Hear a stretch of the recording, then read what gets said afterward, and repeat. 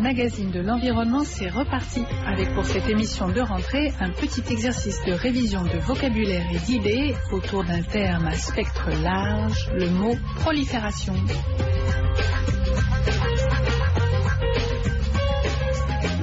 Gérard Dussert, vous êtes ethnobotaniste, vous venez d'ailleurs de publier un petit guide d'ethnobotanique chez vous, aux éditions Promonature. Alors, je voulais vous parler de quelque chose qu'on trouve sur Internet et qu'on voit également beaucoup dans la région Rhône-Alpes depuis cet été. Sur Internet, il y a un site qui s'appelle ambroisie.info. Et je vous lis vaguement la page d'accueil.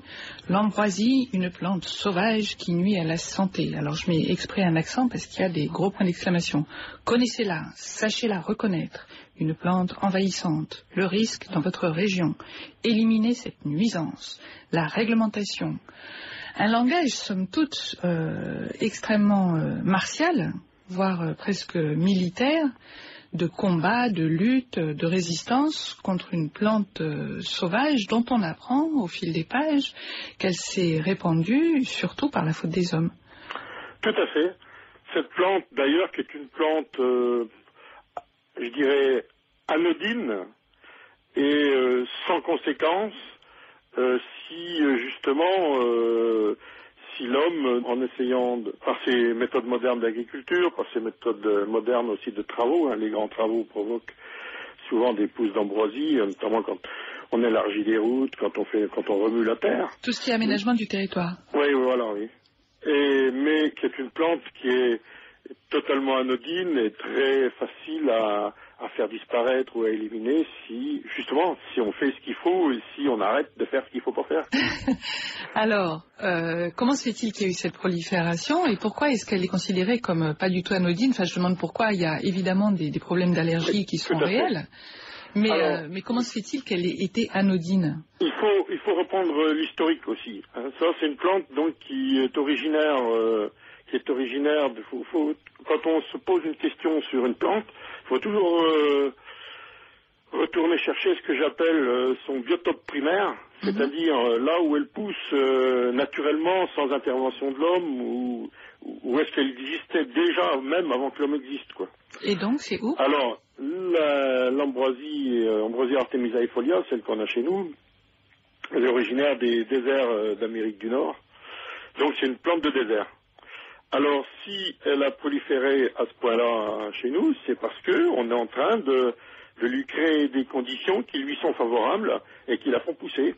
On crée du désert. Quand on remue la terre et qu'on met la terre stérile qui est dessus, on fait exploser l'ambroisie.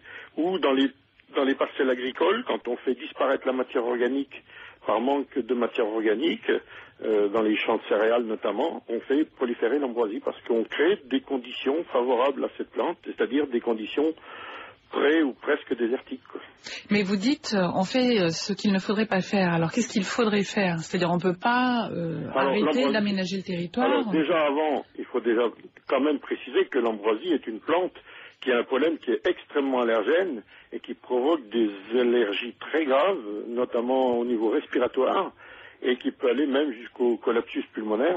C'est une plante qui provoque de graves allergies. Ouais.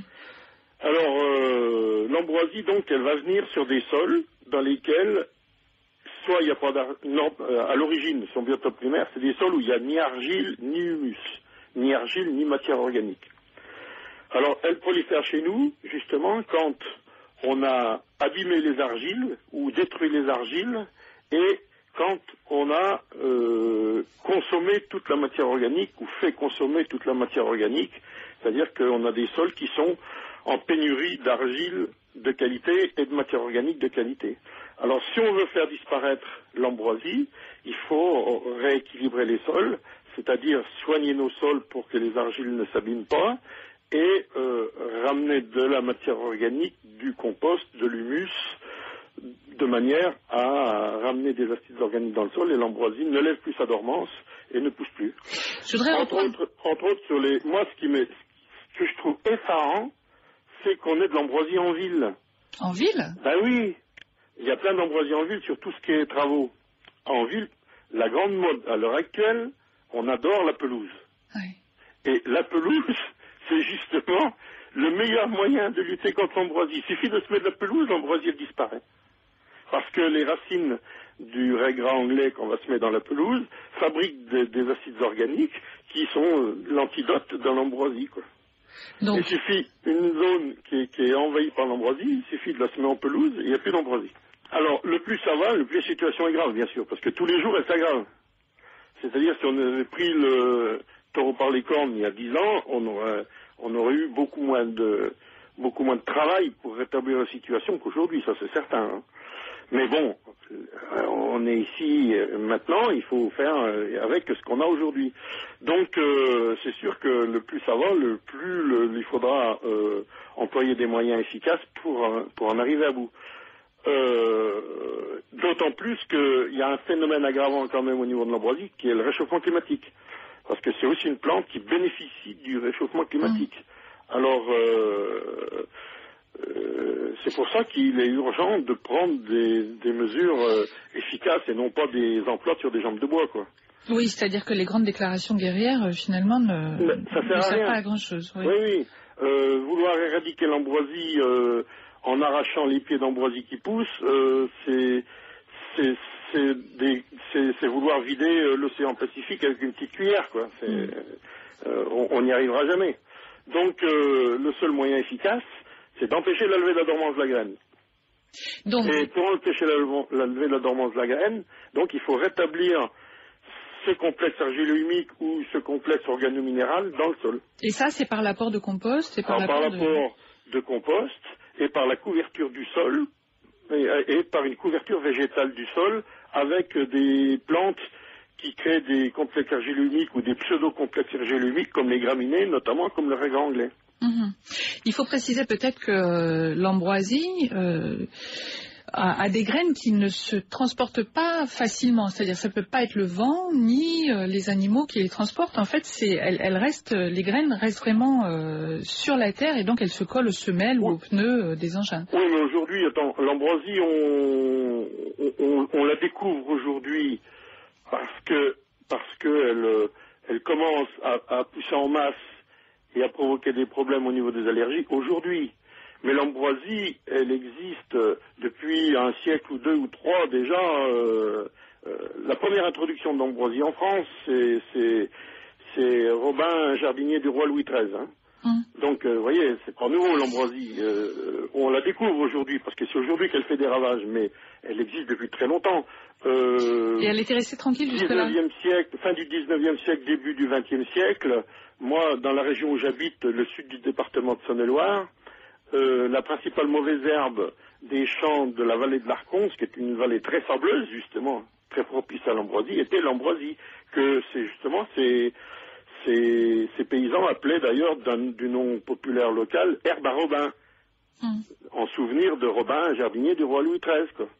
Donc, dans le sud du département de Saône-et-Loire, elle est appelée partout l'ambroisie herbe à Robin. Et pendant des siècles, sans provoquer d'allergie, parce qu'elle était en petite quantité, parce qu'aussi il y avait moins de pollution de l'air, donc le pollen n'était pas allergène. Mais n'empêche que cette ambroisie qui poussait, elle a fait des graines qui se sont stockées dans le sol. Ce qui fait qu'aujourd'hui, si on regarde bien, on a des graines d'ambroisie partout, quoi. Oui, ça a été transporté absolument partout. Oui, mais qui a été transporté ou qui sont... une plante, elle fait des graines qui vont quand même si elles ne sont pas transportées, qui vont se disperser à 1 mètre autour de la plante. Et puis l'année suivante, ça fait 1 mètre. Puis l'année suivante, ça fait 1 mètre. Et puis, au bout de centaines d'années, on a couvert le territoire, quoi. C'est aussi simple que ça. Est-ce que l'histoire de l'ambroisie est une histoire très particulière ou bien est-ce qu'on peut raconter la même histoire pour beaucoup d'autres herbes dites mauvaises? Oui, mais il y a d'autres qui sont plus transportées. Celles qui s'accrochent aux poils des animaux ou celles qui s'accrochent aux chaussettes des touristes, elles sont transportées beaucoup plus loin. Mais suivant leur mode de dissémination aussi, c'est plus ou moins rapide et plus ou moins. Mais on peut raconter la même chose pour toutes les plantes. Oui, il y a eu une dispersion, un brassage des graines depuis les grands voyages, depuis Christophe Colomb et autres Magellan, qui étaient énormes hein, sur la planète. Donc aujourd'hui, on a à peu près des graines de tout un peu partout, et ce qui fait qu'elles vont pousser ou pas pousser, c'est tout simplement si les conditions locales du sol et du climat lui permettent de pousser ou de pas pousser, quoi. Et c'est sûr qu'une graine tropicale, pour l'instant, elle a quand même du mal à pousser chez nous, quoi. Mais une graine des déserts du Middle West américain, se trouve tout à fait dans son élément. En tout cas, ce qu'on peut retenir, Gérard Dussert, c'est que même une graine qui a si peu de capacité de dispersion, finalement, se retrouve partout. Et évidemment, on ne peut pas s'empêcher de penser aux OGM. Ah ben oui, parce qu'en plus des OGM, ils ont beaucoup plus grand pouvoir de dispersion que les graines d'ambroisie. Hein. Ouais. Parce que le pollen, lui, il est transporté à des grandes distances par le vent. Hein. Les pollens ont la faculté d'être transportés par le vent sur des kilomètres, voire des centaines de kilomètres, voire des milliers de kilomètres. C'est pour ça que l'ambroisie, d'ailleurs, fait un tel dégât dans la région lyonnaise. Là, nos deux problèmes se rejoignent. Là. Comment ça? Eh ben, tout simplement, Lyon a une situation climatique très particulière. Lyon est sur l'axe Rhône-Saône. L'axe Rhône-Saône a comme caractéristique d'avoir des vents dominants, soit du nord, soit du sud. Il n'y a pas beaucoup de vent d'ouest ou d'est dans le couloir Rhône-Saône. Et l'ambroisie, elle est très abondante en Camargue, puisque la Camargue, qui est un sol alluvionnaire de limon et de sable, donc qui est pratiquement le biotope primaire de l'ambroisie en Amérique, quoi, et est très abondante aussi dans la vallée de la Saône, puisqu'on a fait énormément de cultures céréalières intensives entre Lyon et Chalon-sur-Saône. Alors ce qui fait que quand c'est le vent du nord, tout le pollen d'ambroisie, parce que le pollen d'ambroisie, ses graines ne sont pas transportées loin, mais son pollen est anémophile, qu'on appelle ça, c'est-à-dire transporté par le vent. C'est-à-dire que tout le pollen d'ambroisie depuis Chalon-sur-Saône, quand c'est le vent du nord, traverse Lyon, de la vallée de la Saône, depuis Chalon. Et puis quand c'est le vent du sud, il vient depuis la Camargue et traverse Lyon.